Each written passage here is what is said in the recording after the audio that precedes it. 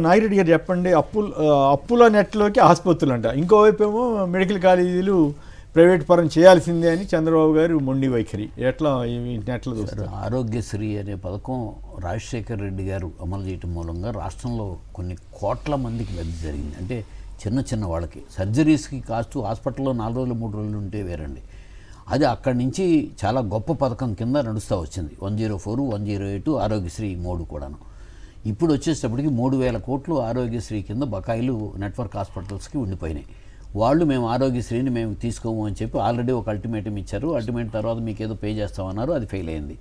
ఇప్పుడు ఆ 3,000 కోట్లు మేము డైరెక్ట్గా మీకు సింగిల్ సెటిల్మెంట్ కింద చేస్తాము అని power finance corporation Aarogyasri trust, ముందు ఆరోగ్యశ్రీ ట్రస్ట్ దగ్గర లోన్ అన్నారు, ట్రస్ట్కి ఇవ్వనన్నారు. ఆరోగ్యశ్రీ ట్రస్ట్కి ఏమి ఇన్కమ్ ఉండదు కదా పే చేయడానికి. దాంతోపాటు నెట్వర్క్ హాస్పిటల్స్ 3 కలిపి లోన్ తీసుకుని ప్రభుత్వం ఒకవేళ పే చేయలేకపోతే మీరు పే చేయాలి అంటే అసలు ప్రభుత్వం ఇది ఎక్కడ ప్రభుత్వం పే చేయలేకపోతే అంటే ప్రభుత్వం ఫెయిల్ అయిపోతే ఇంకేముందంటే వ్యవస్థ ఏముంది, గ్యారంటీ ఏంటి? అసలు ఆ పాయింట్లోనే చాలా ఇది ఉంది. ప్లస్ కాదు ఇప్పుడు నాకు డౌట్, అమరావతిలో అప్పులు తీసుకొచ్చి ఖర్చు పెడుతున్నారు, అప్పుడు ఎవరు కట్టాలి? ఒకవేళ అప్పు కట్టకపోతే జనం కట్టాలా, రైతులు కట్టాలా, పెద్ద పెద్ద కంపెనీలకి లేకపోతే ఎయిమ్స్ లాంటికి వీళ్ళందరికీ ఇచ్చారు కదా, వాళ్ళందరూ కడతారా? సో అంటే అసంబద్ధమైన ఆరోగ్యశ్రీని నిర్వీర్యం చేయాలి అని పెట్టుకున్న దాంట్లో ఈ నిబంధనలు కనబడుతున్నాయి. ప్లస్ ఇచ్చేటప్పుడే 8% ఇంట్రెస్ట్ కింద ముందే కట్ చేసుకుంటారంట. 10% ఎట్లాగో టీడీఎస్ డిడక్ట్ అవుతుందండి. సో హాస్పిటల్స్ అన్నీ నెట్వర్క్ హాస్పిటల్స్లో ఇప్పుడు అక్కడున్న హాస్పిటల్స్లో మెజారిటీ టీడీపీ కానీ ప్రైవేట్ హాస్పిటల్స్లో నేను చెప్పేది విజయవాడ సరౌండింగ్స్లో వాళ్ళు ఎవరు వీళ్ళు లేదు వాళ్ళు లేదు, పార్టీతో సంబంధం ఉంది, ఆర్థిక వ్యవహారం వాళ్ళు ఒక ట్రీట్మెంట్ చేసిన దానికి బిల్ పే చేయాల్సిన బాధ్యత మన కింద ఉంది. సో అక్కడికి సార్ ఆ హాస్పిటల్లో ఆరోగ్యశ్రీ కింద చేయించుకోవడానికి వెళ్ళే వాళ్ళంతా మధ్యతరగతి వ్యక్తులు, చిన్న చిన్న వాళ్ళు. ఇప్పుడు వాళ్ళు ఎంత ఇబ్బందులు పడుతున్నారంటే ఆగలేరు కదండి. వెళ్ళిన తర్వాత మీ నాన్నకి ఆపరేషన్ చేయాలని తల తాకట్టు పెట్టైనా సరే వస్తాడు. ఫీజు కట్టలేకపోతే పిల్లాడిని స్కూల్ అయినా మార్పిస్తాడు, కానీ అమ్మకో నాన్నకో ఆరోగ్యం బాగోలేదు అంటే ఇంటికి తీసుకొస్తే తలకాయ పెట్టుకోవాలని చెప్పి ఏమైనా ఆస్తి అయినా అమ్మేసేస్తాడు, ఎంతకైనా తీసుకొస్తాడు. మళ్ళీ తిరిగి ఆ పరిస్థితిని తీసుకొచ్చి ఆరోగ్యశ్రీ మొత్తాన్ని నిర్వీర్యం చెయ్యాలి అనే ఆలోచనతో జరుగుతుంది. అట్లాగే medical colleges. So medical college ప్రభుత్వ ఏమైనా ఉంటే ఓపీ 500, 600 ఒక్కొక్క మెడికల్ కాలేజీకి ఓపీ ఉంటుందండి. అక్కడ ఎందుకంటే స్టాఫ్ అంతా ప్రొఫెసర్స్ ఉంటారు కదా, వాళ్ళంతా మెడికల్ కాలేజీలకు ఎవరు వెళ్తారు? So lower middle class people వెళ్తారు. వాటిని ప్రైవేటైజ్ చేసి కార్పొరేట్ దగ్గర చేసేటప్పుడు వాళ్ళు పేమెంట్లోకి తీసుకుంటారు వాళ్ళు. మరి ఇప్పుడు ఈసారి వస్తాయా? కిందసారి రాలేదు కదా, జగన్ గారు హెచ్చరిక చేసిన తర్వాత రాలేదు కదా, ఎవరు ముందుకు రాలేదు. అది మరి ఇప్పుడు వస్తాయా లేకపోతే ఎవరినైనా ముందే ఫిక్స్ చేసుకున్నారా? మ్యాచ్ ఫిక్సింగ్ ఏమైనా జరిగింది? రేపు మనం ఏదో కానీ విధానం అయితే మంచిది కాదు. ప్రభుత్వం నుంచి మేము చదువుకునే రోజుల్లో కాకినాడ రంగరాయ మెడికల్ కాలేజ్ ఒక్కటే ప్రైవేట్లో ఉండేదండి. తర్వాత దాన్ని కూడా గవర్నమెంట్లో తీసుకున్నాం. విజయవాడ సిద్ధార్థ ప్రైవేట్లో ఉంటే గవర్నమెంట్లోకి తీసుకుంది ఎవరు? ఎన్టీ రామారావు గారు. ఇప్పుడు ఆయన ఆశయాలకి మేము వచ్చామని చెప్పి అందుకే పార్టీ బతికించామని చెప్పి మద్య నిషేధం ఎత్తేసిన పార్టీ మద్యం తాగండి బ్రదర్, సాయంత్రం మనం ఏమనుకున్నాం, మంచి పని చేసినప్పుడు ఎన్టీ రామారావు గారి టైంలోనే జరిగిందని అనుకున్నాం కదా. సో ఎవరైనా సరే ఇప్పుడు రాజశేఖర రెడ్డి గారిని ఎందుకు తెలంగాణ వస్తే కూడా వ్యవసాయ రంగంలో ఇవాళకి ఎక్కడికి వెళ్ళినా సరే రాజశేఖర రెడ్డి గారిని తలుచుకుంటున్నారు.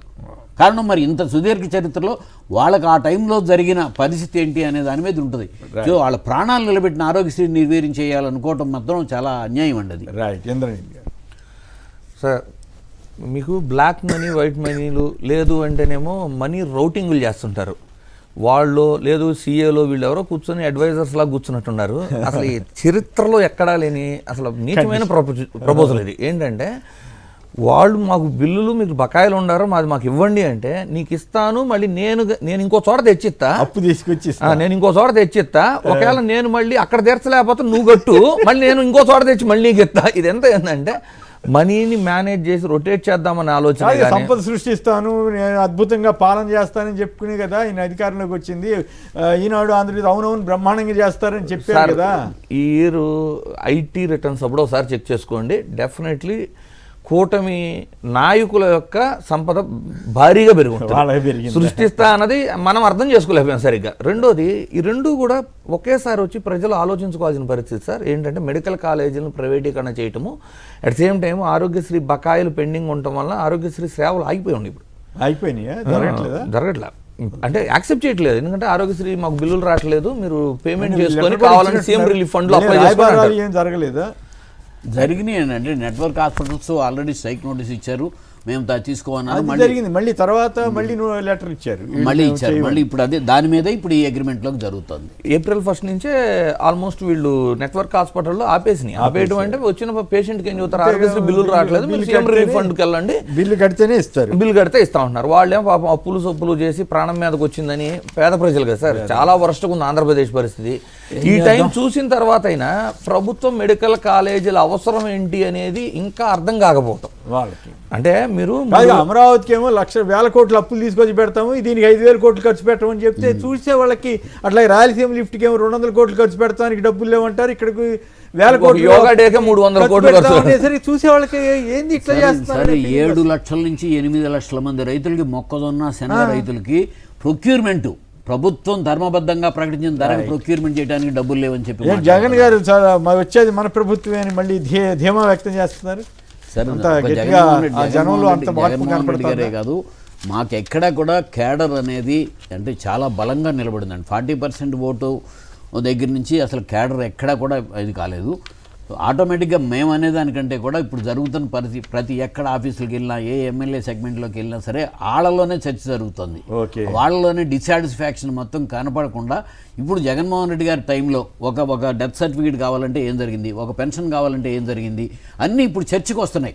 ఇప్పుడు ఇది తీసుకోవాలంటే ఏం జరుగుతుంది, ఒక రిజిస్ట్రార్ ఆఫీస్కి వెళ్తే రిజిస్ట్రార్ ఆఫీసులో ఉండే తప్ప నాయకులకి పర్సంటేజ్లు వెళ్ళే పరిస్థితులు ఎప్పుడు చూడలేదు. ఇవన్నీ చూస్తున్నారు కాబట్టి ఆటోమేటిక్గా అది ప్రజల్లోకే వచ్చేస్తుందండి. సో రెండోది, ఏ రోజున కూడా జగన్మోహన్ రెడ్డి గారు అనే మనిషి ఆయన సెల్ఫ్ కాన్ఫిడెన్స్ అనేది చాలా గొప్పది. సో అదే కదా అరెస్ట్ చేసి జైల్లో పెడితే ఆయన జారిపోతాడు అనుకుంటేనే కాంది.